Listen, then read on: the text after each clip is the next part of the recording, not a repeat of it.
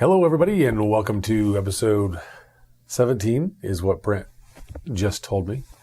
That is Brent. I am Bryce. I think you're over here because of where this is, but I could be wrong. I should pay attention to that one of these days. Anyways, I'm still Bryce, and he is still Brent. We're going to talk about today mobile photography. And when I say mobile photography, because although I know what that means, even Brent didn't know specifically what that means. So we're going to talk about photography or videography with your phone, maybe even your tablet, but that's still a bit hokey until the cameras get better, holding those gigantic things, although they're nice for a viewfinder. But anyways, so let's start with you, Brent. What is it that either you're in love with, whether you have it or whether you want it or things like that? What have you thought about when it comes to that topic?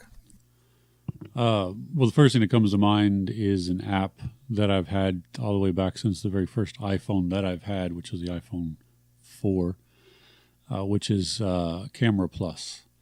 That's just an app. Now, I don't remember. Go right ahead. Which one? Because there's a couple that say Camera Plus, but there's a Camera Plus. Then there's a camera where you spell the word plus out. Then there's one that says camera, I think it's hyphen plus or something like that. I'm assuming you're talking about the one with the plus sign, right? The plus sign, yeah. Because there's also Camera Plus Plus, and then variations. Yeah. Right. But yes, Why I believe Apple allows that? It's crazy. Right. The one with the plus sign, I believe, is the one it is. I've always loved the app. I don't use it as much anymore because, to be quite honest, Apple's app has gotten a lot better. But just the things that you can do within there. It was one of the first apps where you could use the the volume up or down button for taking a picture. Yeah. But anyway, outside of that, you can set your focus. Again, a lot of these things are now in the current iPhone app. And on Android, there are various apps. I don't believe this one is on Android. But there are some really good ones on Android. I just don't use Android right now. I can't think of any offhand. I guess I could go get my the old Nexus phone there. I liked two of them specifically. I remember liking two. I do not recall the names, so that doesn't help anything. But so the apps are important, what you use when you're using taking a photo or a video. And they are different because Camera Plus is not made for taking videos. It is for taking photos. And that's why I asked you just before we started recording, were you speaking specifically of taking pictures or both videos and pictures? Because it's very important to know, especially with the gear. Some of the gear overlaps. Some like lights, if you were to take lights along. There are microphones that you could connect to the bottom of an iPhone or other tablets. If you're doing videos and so forth, obviously you would not need a camera unless you are a very odd photographer. Okay. You would need a microphone. There we go. I knew that. Yeah, you're losing me for a second there. That didn't sound too very right there. Okay. But as far as hardware goes, I don't really have much in the way of mobile hardware. Outside of, I think I mentioned to you, some selfie sticks. I do have a tripod. It is not here. That we use every once in a while for some group video. I'll put it that way. That does well. I think it only rises up to 40-some inches. So typically it's used in the 2 feet range. It goes on top of a counter. It's got some small, maybe the length of my hands, and probably not even that long, 3 little feet, tripod feet. Let's call it 6 inches or so, 4 to 6 inches. So it's not a super steady tripod, but it is sufficient, of course, for a phone. Now, is this one the one that is a tripod / selfie stick? I believe is that the one you're talking about? They advertise it that way, yes. But they advertise a lot of them that way. But yes, this one you can fold the legs, the feet together, whatever you want to call them, and then hold it out. There, I believe there's a Bluetooth thing. I don't ever use those, to be honest. But I don't really use selfie sticks to begin with. But in this instance, I liked it because it's sturdier than a typical selfie stick. And I liked the top that came on it. I have this tripod here. I'll try to show it so it can be seen. I do not like these right here. I know they're popular. And most of them are a lot like this, even though they're not shaped like this. But for some reason, I just do not like these. I've had phones that have kind of slid out, especially with the curve of the iPhone and a lot of Android phones. It just doesn't hold it. There's really nothing in the front, on bottom or top, to prevent that phone from catching and falling out. There are some little ribs in here, but they're not. Especially if you have a taller phone, it's going to squeeze it so tightly that it's going to want to pinch it out. And the top phone holder, whatever it would be termed, has little probably would play phone holder. Phone holder, sure. Yeah, has little nubs. That's not the term either. I need to get a dictionary. like rubber feet or something. Essentially, little stops. So that it looks like this. Your phone will get here, and then prevent the phone from slipping out is what it boils down to. Yeah, and that has give it that traction. On it. Yeah. This has the little rubber things with ridges that should effectively do the same thing, give it traction, but not good enough apparently. So that's really all I had. I have wanted to get some of those little cameras that you can do lenses that you can slide on a case or clip on that can do macro photography or wide angle photography or videography if you want to use it for that. And as we mentioned, microphones that you can go on the bottom. I have a lav mic that will just merely plug in. Of course, I have the iPhone 7, so I have the adapter to take into consideration there. But really, that's the range of what I have. When I had the 7 Plus, I traded with my wife because I don't like that big phone in my pockets. When I had the 7 Plus, I think I did take more pictures with that, even though the camera, one of the lenses is supposed to be the same. I do feel like maybe just a bigger screen or so forth. I did prefer taking pictures there with that phone more. Pardon me. But either way, still great pictures off the iPhone 7 for what I'm doing. If I'm trying to take pictures of the kids in I'm not going to use the word professional way, but nicer than I want from a phone. Like a portrait or whatever. Yeah. Then we'll use the Canon here that we're shooting with today. But that's really the range that I have. I don't have anything fancy outside of that. Well, I do have the SD card adapter for the iPhone. Apple's SD card. Just like it's at the camera kit, connection kit. Camera connection kit. All it is SD adapter. I guess there's a USB thing as well, but I don't know that I've ever used the USB adapter. The USB is nice if you ever need to do some typing because it'll actually recognize the keyboard. Just left. Yeah. I feel like I've done that, and I've also plugged in a USB Ethernet adapter, and you can get hardwired internet if your Wi-Fi is bad enough. So, but you have to have, of course, some power there as well, though. So, anyway, I don't want to get into a different topic. That is a different topic. Yeah, that's off topic. That's really the range that I've got on the photography side on the phone. I'm very point and shoot on a cell phone. Yeah, and that makes sense. One thing you do have, which is what I have, is the watch. That was great. I'm assuming you muted on your side. I did mute that, so now they're wondering again, what happened?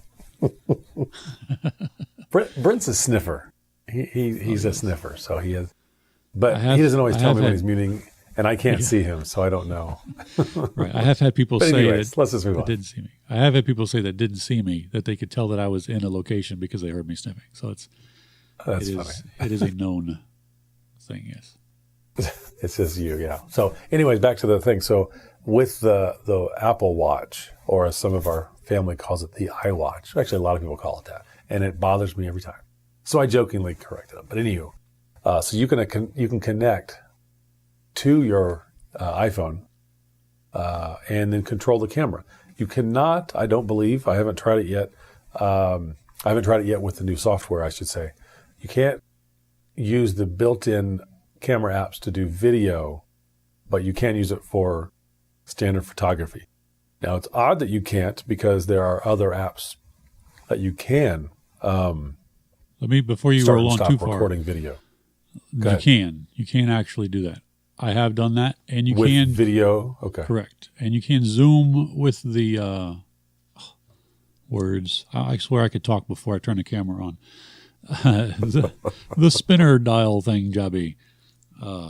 Yeah. It's got a name to it. The crown? There we go. They call it something slightly different, something crown, don't they? But anyway, digital crown. Yeah, digital crown. Either way, yes. So for those who are watching, yes, you can, in fact, do video. I don't know. I do not recall if you can switch from taking a picture to video on the watch. I do not recall that part. But what I had done. So maybe that's just what I've never tried. Right. I've had the phone in video mode and been able to control it. And again, zoom in, zoom out. Okay. and see it. I'm sure you'll get into this. You can see it on your phone or on your watch and so forth. But anyway, go on. Yeah, that's one of the nice things. No, I'm glad you said that because I've actually never tried. I always try to, why can't I switch it to video mode here?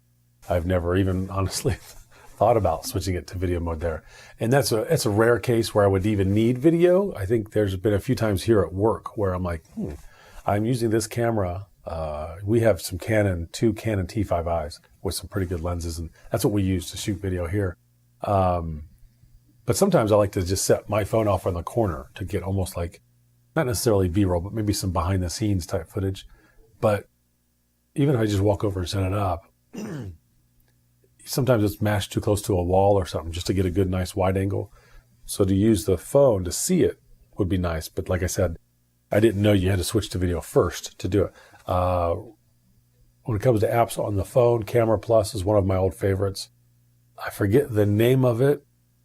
And admittedly, I've only used it a few times because I haven't been in enough scenarios where I had the time to kind of finagle with some settings. But it starts with an H. It either just came out or was just updated here recently. So it's been in the news, the nerd news here recently. I'll throw it up on the screen, the name of it and the icon. I'm not 100% sure if it's iPhone only or if there's an Android app. Camera Plus, by the way, they keep saying they're working on one. So if it's not out yet, then supposedly it's coming. But it's been 8 years that it's coming. So Right. I think it starts with an H. It's like Hydra or something like that. It's a good app. You can do 100% manual as much as the camera does. And you can shoot in RAW. So that's nice. I love shooting in RAW because then you can pull out the shadows or smash the highlights a little bit. And you've got more range to work with. So anyway, those are some of my favorites. When it comes to video, I like Filmic Pro. It's been around a while, and there are some iterations of it that I absolutely did not like. But it is great for shooting video because, again, you can lock in focus. You can tell it, turn off autofocus. You can turn off auto white balance. You can select the white balance mode that you want. I believe even the temperature. I'm not quite that nerdy when it comes to videography and color temperature and things like that. That's why my coloring is slightly different from yours when you look at the podcast. I just go basically what style I like, and it usually looks completely different from yours, and I'm totally okay with that. But I've got a friend who, a couple of them actually that are in the biz. That's what they do for a living is shoot video, and they're talking about color temperature and what daylight balance is, the number versus what's it called, the something hour, golden hour, I think is what they call that in the morning and the evening when the light's either coming up or going down. It looks beautiful. So there's certain colors with there. This app, actually, you can dial in with that. It also accepts external microphones. It accepts Bluetooth microphones. So that's kind of cool. If I was shooting a video with it right now, I could be using the AirPod as a microphone, and it actually sounds surprisingly good. Now, if you're an audiophile, it sounds horrible. But you have to admit it sounds a lot better than the camera microphone from 4 or 5 feet away. Yeah. So anyways, so that's a good app. Though. There's a huge learning curve. I've been using it for years, and I'm still not. It's like Photoshop, unless you take a class and use it every day. I'm limping along every single time I go in with it. But anyways, when it comes to shooting video and giving you some extra control, it's a great application. I've tried a bunch of others. I paid for a bunch of others, but I always go back to Filmic Pro just because of what you can do with it. And it accepts extra hardware as well if you want to go that route. I used to have, when it comes to hardware, the Olo clips or Olo clips, however you pronounce them. And I've had one for almost every phone except for this one. The only reason I haven't is I'm just kind of annoyed by the cases that they have. Right. The Olo clip, you always had to take off the case or use their case. So when I had the iPhone 5, I think it was, I used their case. I actually bought their case because it had like a little flip-up situation. Then the lens would fit on it. But I felt it was worth it because I really love the lenses. I'd always get the zoom when they had it available. But I always loved the fisheye because you get this really cool, weird look, even if I crop it so it's not quite as extreme. But the Olo clips, if you've never tried them, go for it. If you don't want to spend the price, because they're definitely not cheap, They make those ones that are kind of like, probably the ones you mentioned. You might even have already done this because I can't see you. I didn't know.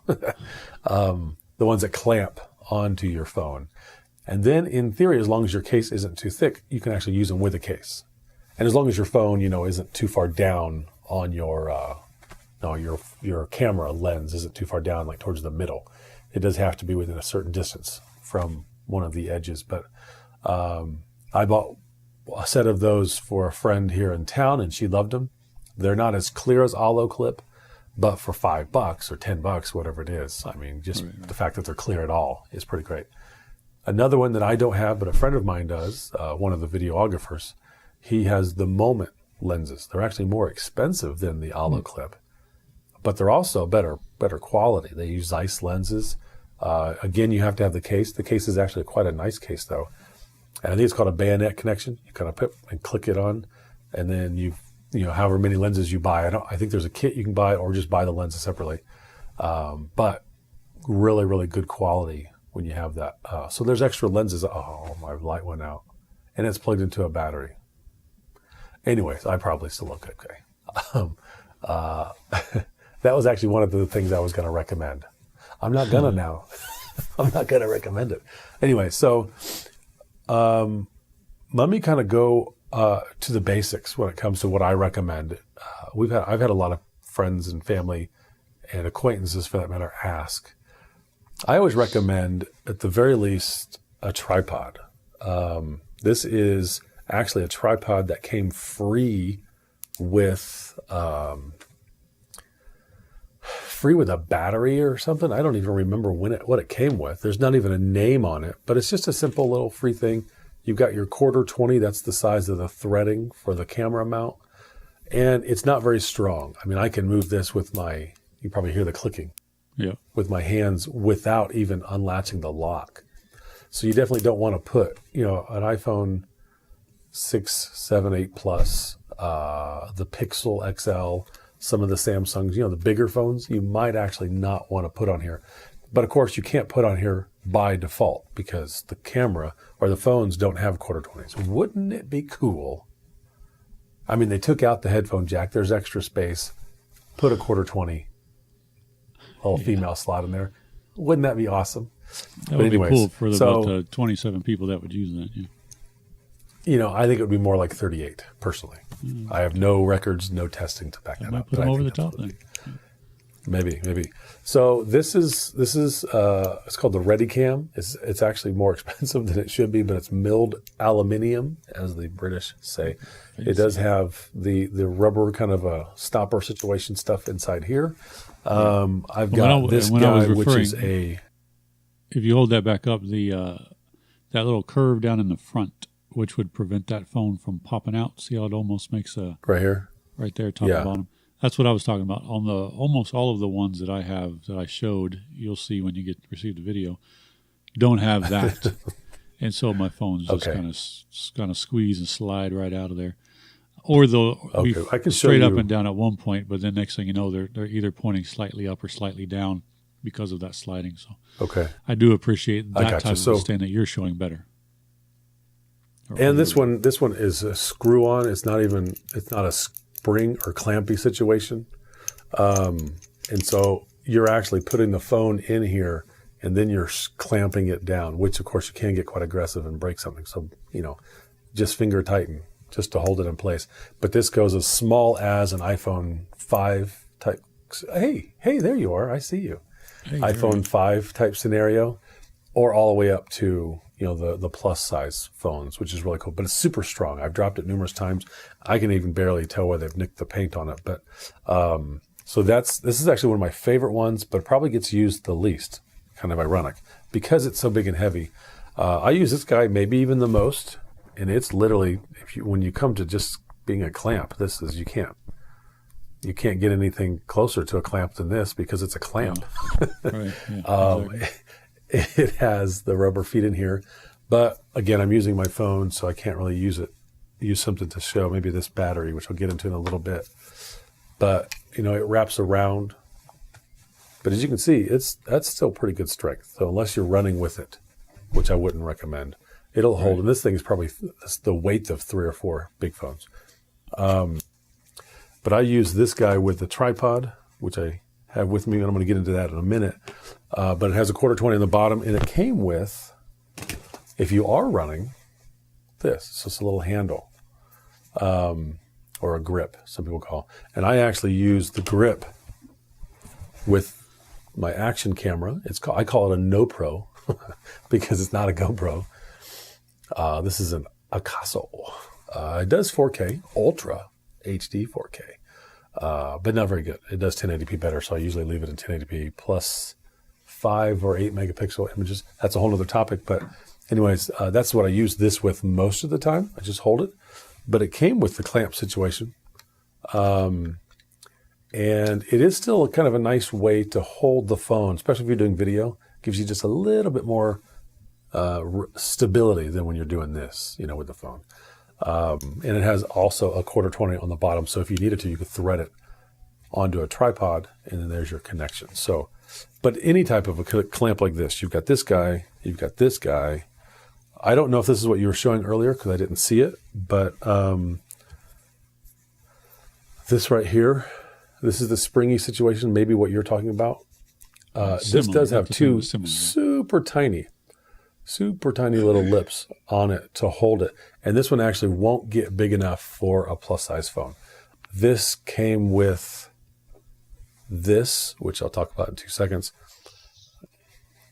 That's great. But what I did, I put it on this guy because this is just some nice feet. So you just set it on the table. And now you've got a multi-angle. This is almost like a ball head on the bottom. So you can actually move it around. Look kind of like that bug you took a picture of. Well, that was handheld, but yeah, kind of, sort of. And it's too tight. You can't really do like a pan or something. But if you're just sitting it down, using your watch as a remote, then you can take a group shot or whatever. Then I also have this grip. Another one, a little more robust. It's actually, it's taller and a little heavier. This is by Joby. I have a lot of Joby products. This is a Joby product. Always hit B&H every once in a while. There you go. That's actually the same thing that he's showing there on the screen. Yes. And I forgot I had this when I was talking about it earlier. Yeah. There you go. It actually came with this guy. So again, this is just the standard, I think it's called a grip tight. Spring situation. I like the spring ones because they're fast. What I'm using the phone with right now in front of the camera is a square jellyfish. That's the name of the company. And it's very similar to this, but it's actually a bit stronger, a little more robust than this, and cheaper. The square jellyfish, I believe, is like $10 or $15. This guy, just the top by itself, when not on sale, is like $15 to $20. Baffles me. And then if you need the XL, which is what I would need, I believe it's $19 or $20 or $25. But oddly enough, when they were on sale, this is why I have it, this and this together was only $7. And then I got this guy, which is the Joby tripod with a ball head on it. And so this you can turn it to give you a nice smooth panning and tilting. Kind of cheesy, but small little quick release. It is nice to have a quick release though, because you can just snap something in and pop it out really quickly. You can leave this on the bottom of your clamp and then just pop it in, and then there it is. You're good. All of these things are fairly small. If you were to leave that, like if you're a woman and you put it in your purse, or me in my backpack, I keep one of these with me at all time because you never know. My phone or my watch, I don't always like to use. So I actually you mentioned you don't have them and you don't really use them, but I like remotes. This one is technically a media player remote because it has a play, pause, and but it's very smooth. So I took right there, if you see the little white dot, that's actually just a build-up layer over layer of super glue, just to give me a feel. So if I'm not seeing it, if I'm trying to smile for the camera and hide this behind people, because it's Bluetooth, I can go click, clickety click, and I can make sure I'm hitting the right button and not like playing a song or something, because that wouldn't work. Now, for all of this, I do like, almost dropped it. I do like selfie sticks. This is a twist and then lock selfie stick. It came with the top on it. I don't know what I did with it. I might have lost it or gave it to somebody, because I used to have a ton of these and I gave a lot of them away because I don't use them all. But this is actually my favorite one. It's made by Anchor, which is a good brand. It's just tension. It doesn't go as far as the other one, but it goes nice and far. It's pretty strong. It doesn't like bend. It's another one of those clampy situation things, and it has the button built into it, the Bluetooth. Now, I'm talking fast because we don't have a lot of time, but I actually like the button because it makes it easy, right? You hold it out. My wife, admittedly, rest of my family probably too, does get quite embarrassed when I pull this out. Unfortunately for them, I don't get embarrassed, so I still use it quite regularly. But I have a thing to where I like to take burst mode photos. I love taking burst mode photos and then turning them into either animated GIFs or movies. So I take this guy, and you can actually do like some sort of pan or whatever with it. And it looks really, really cool. The downside is this is a power button and shutter button. You push and hold, turns it on, and then when the phone's connected, you push, takes a picture, push, takes a picture. So if you push and hold it, it turns it off. Whereas on the phone, if you push and hold the camera button, the shutter button, that's what enables burst mode. So that won't work with this guy, which stinks. And that's why I do keep this guy around, because I can just push and hold this guy, and then you hear this, and it's actually taking a burst mode photo, up to 1,000 photos, I believe. So those are my favorites. A lot of bursts. Now, a couple things that I always carry with me when I know I'm going to do photography type stuff, vacations or whatever, is I carry tape. Sometimes it's Gorilla tape. Sometimes it's standard duct tape. This is Gaffer's tape. And they sell it. I think B&H actually has some Gaffer's tape on sale right now. That's brown and green camouflage for some reason.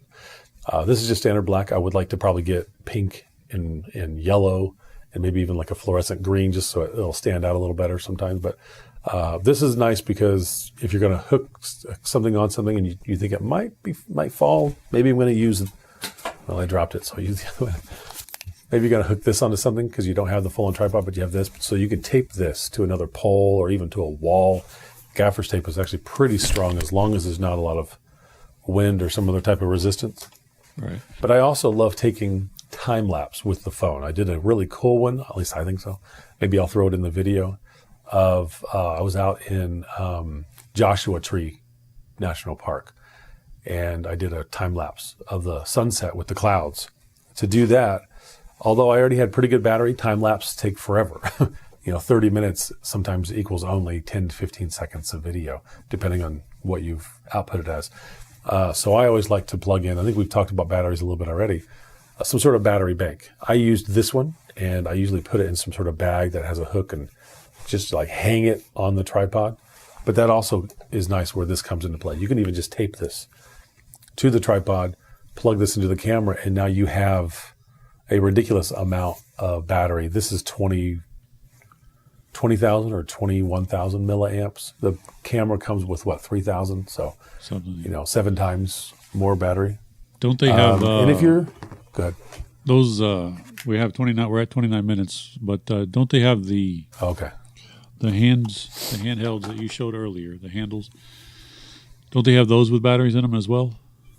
I'm pretty sure I've seen one of those. This one has a battery, but yeah, this one actually won't charge the phone. But yeah, they do make some that have another wire that comes out and you can plug in to give it. Yeah. And they have some that aren't even Bluetooth. They plug into your headphone jack if you have a phone that has it. And then this is like using the volume button. So that is what I recommend. I actually have some more equipment here, but we don't have enough time, which is probably good. I can talk clearly, as you can tell, forever about this stuff. Doesn't mean I know a lot. I just have a lot. But I enjoy it. A lot of these products, matter of fact, I would say none of these products individually did I pay over $15 for, because I bought them all on sale. So look for sales when things come through, and you'll probably be pretty good. We'll see you guys next week. Thanks for stopping by.